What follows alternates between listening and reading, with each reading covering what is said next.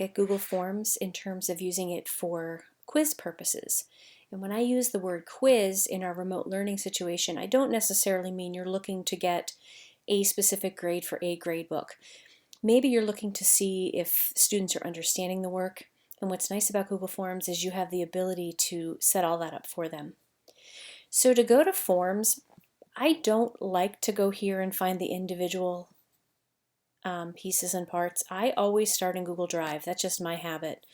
I think of Google Drive as my filing cabinet and my desk for everything.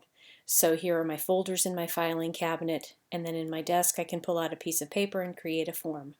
So I'm going to go to New, Google Forms.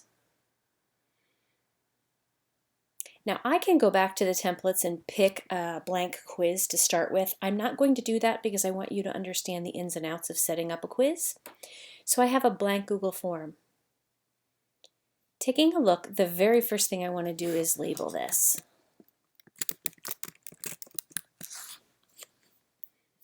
And I'm going to click here and notice it'll bring the name over for me.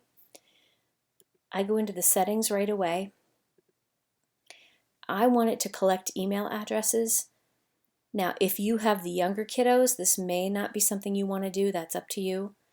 I would not restrict it to users in Wayne Highlands because we're still having some issue with our two worlds connected. So our teachers live in the whsdk12.com and the kids live in .me. Those are two domains or two separate places. We have them bridged so that they're supposed to be under the same roof, so to speak, but it's not always working.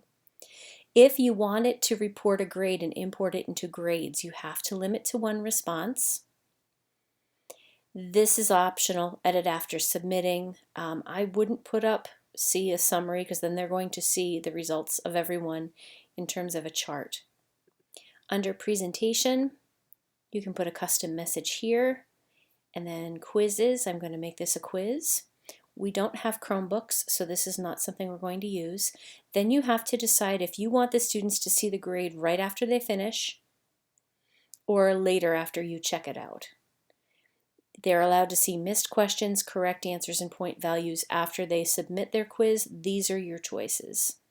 Because of the situation we are in, I'm going to set this up so that it gives the most amount of feedback to the students, because ultimately this is not necessarily even a formative assessment tool. This is meant to gauge understanding and to help them learn. So the purpose of this would be a little different in a regular setting. So the first question I always put in, even though it collects their email address, is a spot for their name. Make that required. Notice because I've turned it into a quiz, it's got an answer key here. I can decide how many points that gets. They're not going to get points for their name. And I'm going to say done. So then I'm going to ask a question. So I click on that plus. I put in my question.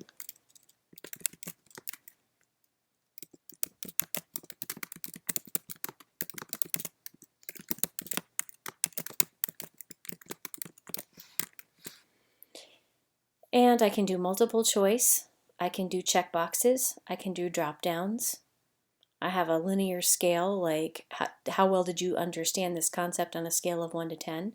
But if you're in quizzing, stick to multiple choice. There are ways to do short answer, but if they do one letter incorrectly, like a capital where it's supposed to be lowercase or whatever, it marks it wrong. So this will do some self-checking. So what operating system do most teachers at Wayne Highlands use? A Mac operating system, a Windows operating system, and there are so many more. I'm just doing this because I can't think of content. So my answer key, this could be worth 1 point, and my correct answer I can mark under answer key. So I have my correct answer. Some of us are trying to add answer feedback after the fact. The idea behind answer feedback is if the student answers incorrectly, this is what you want it to say. You know, so you could, this is a good teachable moment here. You could put more content in there. Hey, remember back to when we talked about what operating systems we switched to this fall, blah, blah, blah. And then if they get it correct, you can give them a kudos. You can also make them link to a video if they get it wrong and you want them to watch the video for more understanding. Okay? A link or a video, I should say. So I can put answer feedback in there. I can continue to add questions. Notice when I add a question, like I said, you really want to stick to multiple choice for the quizzes. When I go to the answer key, I can put in the correct answer. Notice I can bring in questions from other quizzes. I can add a title and a description. I can add an image here, so if I wanted them to label something, or I was pointing to a spot on a map and I wanted them to identify the country.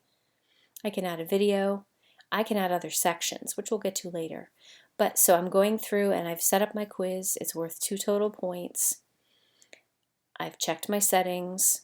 So what I want to do now is, if this is something I'm sharing with an entire team and I'm adding them as collaborators, what I'm going to want to do is make a copy of my quiz.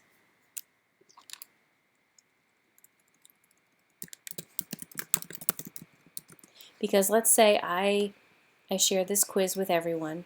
They all assign it. You're going to get everyone's results in one spot, and we don't want that. So when you send this out through Google Classroom to the kids, we've already talked about going into the Responses tab to look for responses. Obviously, there are none here. Taking responses out to a spreadsheet, lots of different things you can do. But once you do this step, you are able to, in Google Classroom, it scores them and you can import their scores right in the grades section. So hopefully this helps to clarify a little bit about Google Forms.